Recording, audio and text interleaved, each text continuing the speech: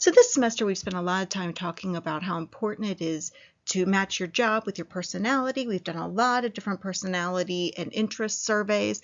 We've taken a look at getting a certificate, going to community college, going to a trade school, all of these things about your education. And then we started talking about interviewing, and we've talked about some of the behaviors that you want to do and not do at a job interview, how to dress, things like that. Well, one more thing that I want to add to that is the importance of writing a thank you note after the job interview. And that's what this lesson is going to be about. I'm going to teach you how to do that, and then for the associated assignment, you're going to practice writing a thank you note. So there's only a few basic rules to follow when you're writing your thank you note. Just as important as writing it is to make sure that it looks clean, tidy, that you use proper grammar, and that it shows that you put some effort into writing this thank you note. So the rules to follow. The first thing is you're to mention something specific that you found interesting or helpful. This shows that you were paying attention to the interview and you were actually talking about that specific job. One thing that employers really dislike is if you send out a form thank you letter that they can assume that you've sent out to every other employer. That does not make them feel special, and that does not show your personality or how interested you are in the job. The second thing is you want to thank the person for letting you ask him or her the questions that gave you information. So during the interview, if you recall, you're going to come in and you're going to have a few questions already written.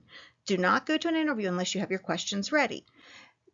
During the follow-up or the thank you note, you're going to mention some of that information that the person gave you. So for example, if you ask about what their typical client is like, or how many people work a shift when it's busy, well, mention that. And again, that shows that you cared about their answer and you were paying attention.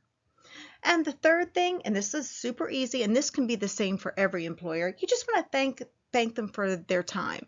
Something as simple as, I really appreciate you taking the time to interview me.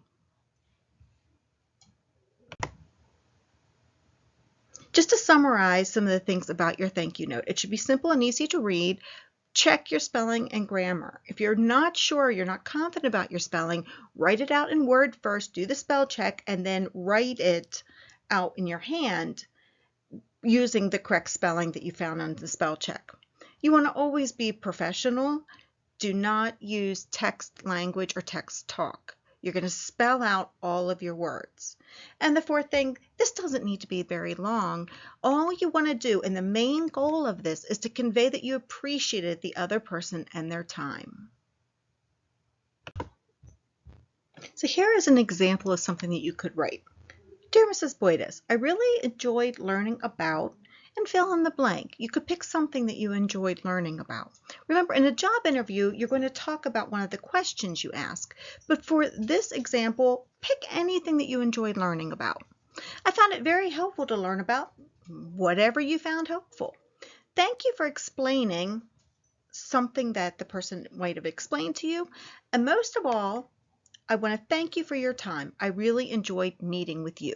So the last sentence or the last two sentences you can use for any employer.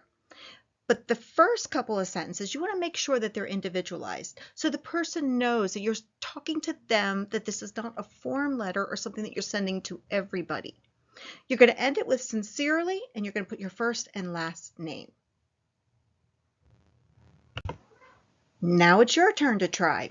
Your assignment is to write a thank you note to one of the following people. You can write it to me, you can write it to your mentor or somebody else who's helped you in school, to your parents, or to a good friend.